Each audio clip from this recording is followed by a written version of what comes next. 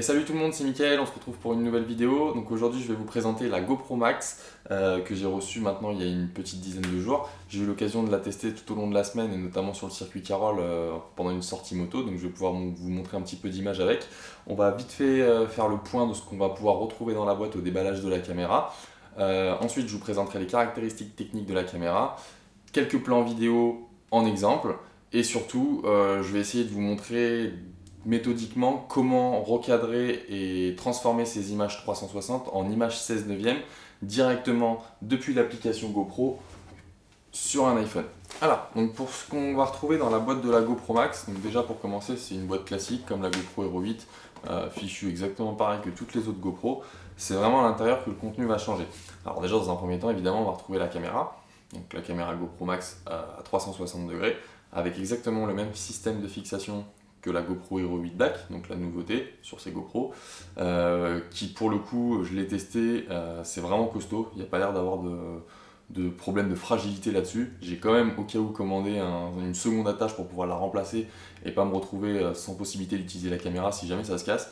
Mais franchement, c'est hyper costaud, donc pour l'instant, rien à dire là-dessus, sur ce que j'ai pu utiliser jusqu'à présent. Vous allez avoir avec la caméra une petite pochette de transport, donc qui permet de protéger la caméra quand vous allez la transporter. À l'intérieur de cette petite pochette, vous avez deux petits globes en plastique qui vont pouvoir venir se mettre sur les lentilles de la GoPro Max, donc ça permet de pouvoir éviter les chocs et les rayures sur les lentilles directement de la GoPro.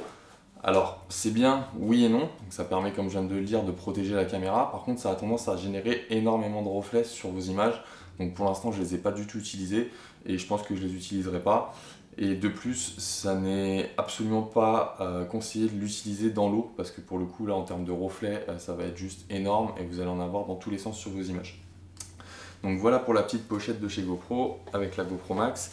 Vous allez avoir comme d'habitude une petite fixation adhésive incurvée, le câble d'alimentation en USB-C et la fixation à vis classique avec le système de caoutchouc pour pouvoir stabiliser et éviter les micro-vibrations sur la caméra. Les dernières choses qu'on peut retrouver aussi dans la boîte, ce sont les petits capuchons qui vont pouvoir se mettre directement sur la caméra, juste ici, quand vous ne l'utilisez pas bien sûr, pour encore une fois éviter de l'abîmer et de la rayer pendant le transport de la caméra, parce qu'en général c'est souvent dans ce type d'utilisation qu'on abîme le plus les GoPro, c'est pendant le transport et pas pendant l'utilisation sur une moto ou sur d'autres activités. J'ai fait ça très rapidement, je voulais vraiment qu'on se concentre sur les images et sur comment monter ces images. Donc voilà, vous savez tout, vous avez des tonnes de vidéos sur internet qui présentent les contenus des boîtes de caméra. Alors donc pour les caractéristiques techniques de la caméra, donc déjà pour commencer la GoPro Max c'est une GoPro 360, donc ça va permettre de pouvoir filmer devant vous, derrière vous, sur les côtés, au-dessus, en dessous, enfin vraiment partout autour de vous. Donc ce qui est vraiment cool par rapport à une GoPro Hero classique, c'est que vous allez avoir la possibilité après en post-production de récupérer dans cette vidéo 360 degrés un plan 16 neuvième et de recadrer l'endroit de la vidéo que vous voulez mettre dans votre montage. Ou alors de laisser directement cette vidéo en 360 degrés et de laisser le choix au spectateur de scroller directement dans l'image pour tourner autour de vous en vision 360 degrés ou directement de regarder avec un casque VR de réalité virtuelle pour avoir une immersion donc là pour le coup totale et d'être à la place du pilote. Donc voilà pour comment fonctionne une caméra 360 degrés. Vous allez avoir une définition d'image à 5,6K 30 images par seconde. Surtout, ce qui va être assez incroyable sur une vidéo 360 degrés, c'est la stabilisation. Parce qu'en fait, une caméra 360 degrés va beaucoup mieux stabiliser qu'une caméra classique. Et l'avantage de cette GoPro Max, c'est que l'horizon est parfaitement maintenu. Et vous allez le voir dans les vidéos qui vont suivre juste après, on voit vraiment la moto prendre de l'angle, mais par contre l'horizon reste complètement plat. Donc ça fait penser aussi à une vidéo faite avec un stabilisateur, mais pas du tout. C'est juste ce petit boîtier là qui fait tout et qui gère tout en même temps. Donc en plus d'avoir la possibilité de recadrer et de choisir l'endroit de la vidéo que vous voulez, vous avez une super stabilisation. Vous avez un son également à 360 degrés. Vous le verrez également dans la vidéo juste après que le son, même avec plein de vent, le son est très propre et très correct. Donc ça c'est vraiment cool, c'est une grosse amélioration. Et quand on compare directement avec une GoPro Hero 8 Black, le son ça n'a absolument rien à voir. Vous allez avoir aussi possibilité comme une GoPro Hero classique de régler donc les paramètres de la caméra, les ISO, le profil colorimétrique, tous les modes ProTune en fait que vous avez sur une GoPro Hero classique, vous l'avez également dans la GoPro Max. Et vous allez avoir aussi un mode Hero classique, donc le mode Hero classique ça va être un mode comme une GoPro Hero 8 Black normale. Par contre, vous allez avoir uniquement une définition d'image de 1080p à 60 images par seconde. Ce qui est déjà pas mal. Vous allez pouvoir faire des images de qualité avec du 1080p et 60 images par seconde. Par contre, vous n'allez pas avoir de 2,7K ni de 4K. Donc c'est un compromis à faire. Mais pour redonner un avantage à la GoPro Max, dans ce mode 1080 60 images par seconde, vous allez avoir le mode Super View Max que vous n'avez pas donc du coup sur la GoPro Hero 8 Black, puisque ça s'arrête à Super View tout court. Le Super View Max, c'est quoi? C'est le mode Super View d'une GoPro Hero 8 Black normale avec un champ de vision un petit peu plus grand, même beaucoup plus grand, et qui permet d'avoir une immersion complètement différente et beaucoup plus immersive pour le coup, notamment sur des images POV, donc quand vous allez mettre la caméra sur le casque, sur le harnais, pour tout ce style d'image là, vous allez avoir par exemple au ski, vous mettez votre caméra sur le casque, avec ce type de champ de vision, donc Super View Max, vous allez avoir la possibilité de voir et vos skis et le ciel. Alors qu'avant il fallait utiliser le mode 4 tiers pour avoir cette façon de voir avec la caméra, et il fallait recadrer ensuite en 16/9 en post-production pour pouvoir avoir une image qui concordait avec le reste des plans. Là pour le coup avec ce mode là c'est plus le cas, vous avez directement le mode Super View Max qui est assez bluffant et qui est ultra immersif, donc c'est le petit avantage que vous avez en achetant une GoPro Max plutôt qu'une GoPro Hero 8 Black, c'est que si vous faites beaucoup de POV, ça peut être très intéressant de prendre une GoPro Max, parce qu'encore une fois, donc du coup pendant cette GoPro là, vous allez avoir deux utilisations possibles, celle d'une Hero 8 Black et celle d'une GoPro Fusion 360 degrés. Quoi qu'il arrive, votre vidéo 360 degrés, vous pourrez la retransformer en plan 16/9 classique. Donc si aujourd'hui vous hésitez entre les deux caméras, c'est un gros compromis à faire en fonction de votre utilisation. Est-ce que vous allez plus filmer ou est-ce que vous allez plus faire de photos? Si vous faites plus des photos, je vous conseille la GoPro Hero 8 Black, qui est quand même bien meilleure et qui permet de faire des photos quand même de meilleure qualité, malgré le fait que la GoPro Max ait un capteur de 16,2 ou 16,6 millions de pixels. Vous allez avoir de très belles photos, mais c'est de la photo 360 degrés, donc c'est quand même différent de ce qu'on peut avoir l'habitude de voir avec une GoPro Hero 8 ou une GoPro Hero 7 Black traditionnelle. Après, c'est vous qui devez voir en fonction de votre utilisation, mais avec une GoPro comme ça, vous pouvez tout faire et vous aurez beaucoup plus de possibilités qu'avec une GoPro Hero 8 Black. Petit truc sympa, c'est que par exemple, si vous filmez en mode Hero, vous allez avoir la possibilité de switcher d'un objectif à l'autre. En un simple cliquement de doigt sur l'écran, vous allez pouvoir basculer de l'objectif devant à l'objectif derrière. Donc par exemple, si vous êtes en train de vlogger, vous êtes en train de vous filmer comme ça, donc à bout de bras avec la caméra, vous avez le retour vidéo directement sur l'écran. Et si par exemple il se passe quelque chose devant vous, plutôt que de tourner la caméra, vous allez avoir juste besoin de cliquer sur le petit bouton devant et hop, la caméra va passer sur l'objectif de devant et vous allez pouvoir filmer devant. Ça permet également de ne pas avoir besoin de déplacer la caméra quand vous voulez changer de mode de vue. Donc vous avez juste à cliquer et vous passez de devant à derrière. Donc pour le mode Hero, c'est encore un avantage que vous n'avez pas possibilité de faire bien évidemment sur une GoPro Hero 8 Black. Donc pour ce qui va être des modes vidéo, je pense qu'on a fait le tour, et au niveau des caractéristiques techniques aussi. De toute façon, si vous avez des questions, n'hésitez pas à me les poser dans la barre des commentaires, j'y répondrai avec grand plaisir. Pour ce qui va être des modes photo et des autres modes de la caméra, donc on va avoir le mode photo 360, le mode photo normal, le mode Power Pano, donc ça va permettre de faire des photos panoramiques, et vous allez avoir également le mode Time Warp, donc comme sur la GoPro Hero 8 Black, il fonctionne exactement pareil. Vous allez pouvoir faire du touchscreen en plein dans votre hyperlapse et pouvoir l'arrêter à tout moment, mais surtout vous allez pouvoir faire du Time Warp à 360 degrés, et encore une fois sélectionner l'endroit dans votre vidéo 360 degrés que vous voulez inclure au montage. Donc ça donne encore une fois plus de possibilités qu'une GoPro Hero 8 Black traditionnelle. Maintenant, ce que je vous propose, c'est de visionner un court extrait de ce que j'ai pu faire avec cette caméra sur le circuit Carole il y a 4 jours en moto. Je vais vous mettre donc une petite compilation d'images avec un peu de musique, et puis voilà, je vous laisse apprécier ça, vous me direz ce que vous en pensez éventuellement dans les commentaires. Et à la fin de cette vidéo, on se retrouve pour éditer donc directement une vidéo 360, donc la recadrer, la transformer en plan 16/9 avec le système de keyframe directement sur l'application GoPro en direct. Donc je vais essayer de vous montrer tout ça correctement, rapidement, histoire que vous puissiez savoir comment faire directement, comment traiter surtout vos vidéos avec un iPhone.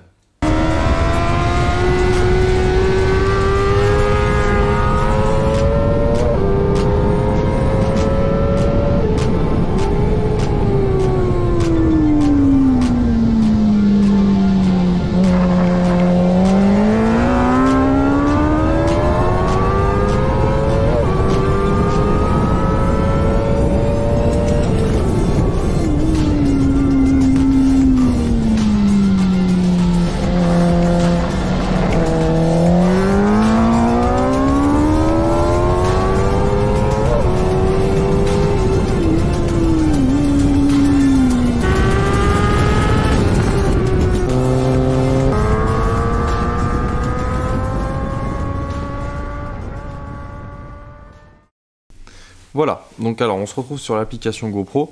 On va partir du principe que vous avez déjà importé donc votre fichier de la caméra directement sur l'application et que vous avez votre vidéo 360 degrés sur l'application GoPro. Donc on va cliquer donc en bas à droite sur une vidéo 360 degrés. Ça va se présenter sous une miniature 16 neuvième avec une petite sphère dans une autre au milieu où vous allez pouvoir cliquer. Quand vous allez cliquer, vous allez entrer donc dans la vidéo 360 degrés qui est normalement destinée à la VR, donc c'est ce qui permet d'avoir une immersion totale dans une vidéo 360 degrés. Donc vous allez pouvoir en tournant votre téléphone regarder en haut, en bas, à droite, à gauche et également derrière, vraiment partout quoi. C'est de la 360 degrés. Vous allez aussi pouvoir donc en pinçant l'écran dézoomer pour faire un effet Little Planet ou alors zoomer dans l'autre sens pour pouvoir rapprocher le sujet dans l'écran.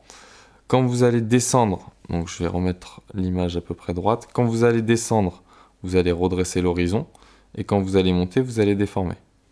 Voilà, c'est aussi simple que ça. Donc ça, c'est pour l'aspect 360. Quand vous allez vouloir faire donc une vidéo 16 neuvième en 360 degrés, en bas au milieu, vous avez un petit point qui va vous permettre de rentrer dans un petit menu en bas qui permet d'avoir plusieurs paramètres. Donc découper la vidéo, pouvoir faire ralentir, découper une vidéo dans un certain moment, une durée de vidéo si vous voulez. Ensuite, vous allez pouvoir recadrer, donc choisir un mode portrait, choisir un mode 4/3, choisir un mode carré ou choisir un mode 16 neuvième, pardon.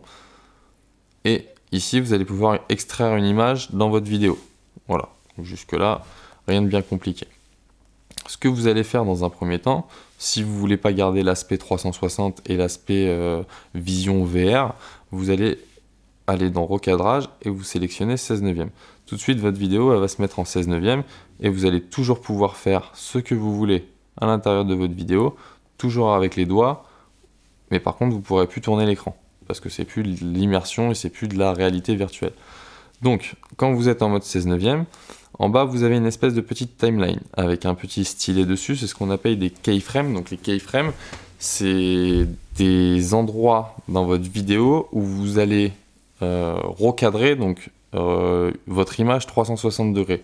Donc, à chaque fois que votre caméra 360 degrés va bouger ou que vous allez vouloir l'orienter, pour faire une transition, il va falloir créer une petite keyframe.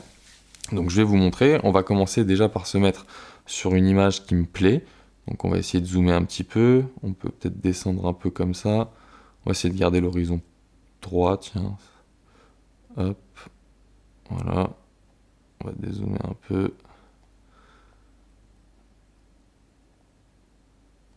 Hop. Tac, voilà. Donc on va se mettre comme ça. Donc là, ça me convient, donc on va commencer la vidéo comme ça. Donc là, je clique sur valider. Je choisis donc mon 16 neuvième et je fais play. Donc là, vous voyez que la vidéo avance. Et au bout d'un moment, ça va commencer.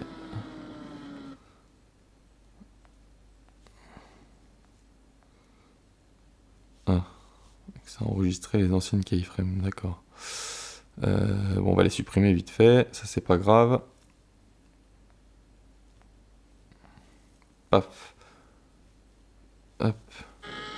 Donc, on lance la vidéo, et à partir du moment où votre caméra va bouger, ou que l'angle de vision ne vous convient pas, ou que vous voulez voir autre chose, vous pouvez faire pause et recadrer.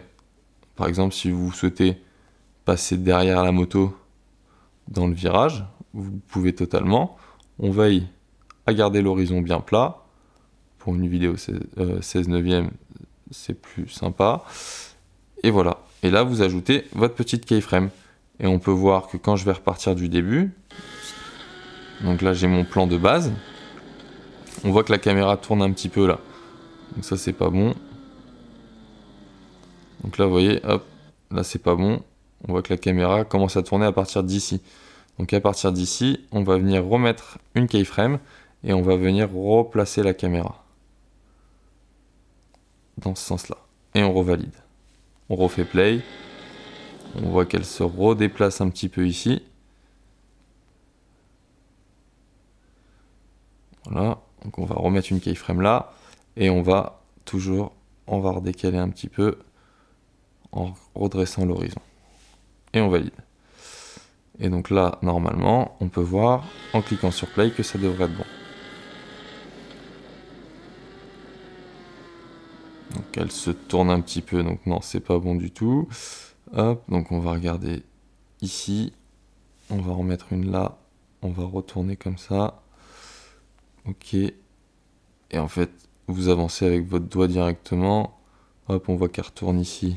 On va la remettre là. Bon, je fais ça vite fait hein, pour l'horizon et tout. Hop, on avance un petit peu. Et on voit qu'ici, c'est aussi déformé. Donc, pardon. Hop, on va rajouter encore une keyframe. On replace. Donc c'est un travail, voilà, il faut être patient, il faut aimer faire un petit peu de post-production et se prendre un petit peu la tête derrière sur l'application pour pouvoir recadrer votre vidéo. Donc on avance encore un petit peu, on voit qu'elle hop, elle bouge ici, on la remet. Et là, on valide normalement. Ouais, donc là, allez, hop. Et on en remet une ici. Tac. Voilà. Et donc là, normalement, on peut voir que je vais avoir la caméra qui reste centrée sur moi jusqu'à l'entrée du virage. Et dans le virage, elle devrait passer sur la vue arrière de la piste.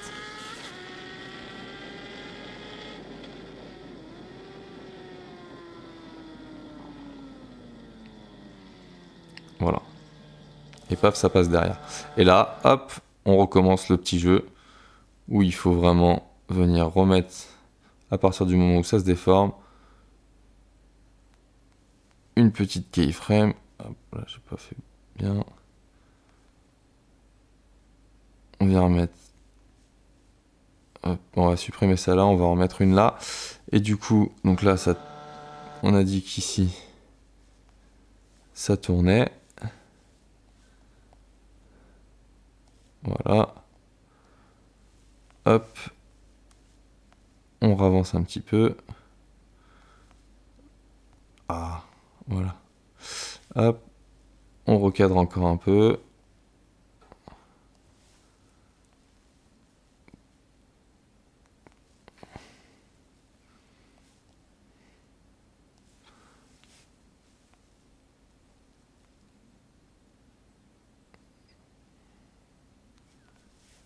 Oui, il faut vraiment à chaque fois, c'est pour ça que je vous dis, il faut aimer un petit peu créer sa vidéo ensuite en post-production.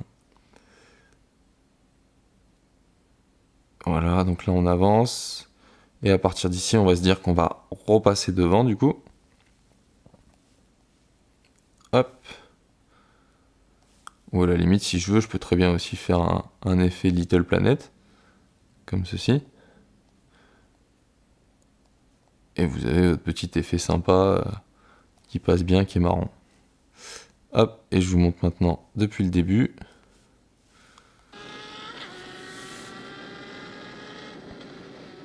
Donc on voit que la caméra ne bouge pas. Et elle passe derrière en plein virage. On passe sur une vue Little Planet. On veut arrêter la Little Planet, pardon. On remet une petite keyframe. Et ici, on vient donc rezoomer dans l'image. On redescend pour remettre l'horizon à plat. On se remet comme ceci. Là, ça me convient. C'est très bien. On valide. On avance. Jusqu'à que la caméra se mette à refaire un petit mouvement. Et là, on peut voir que bon, il y a des keyframes qui sont déjà enregistrés de la dernière fois. Et normalement, ça devrait être géré par la keyframe que j'avais mis.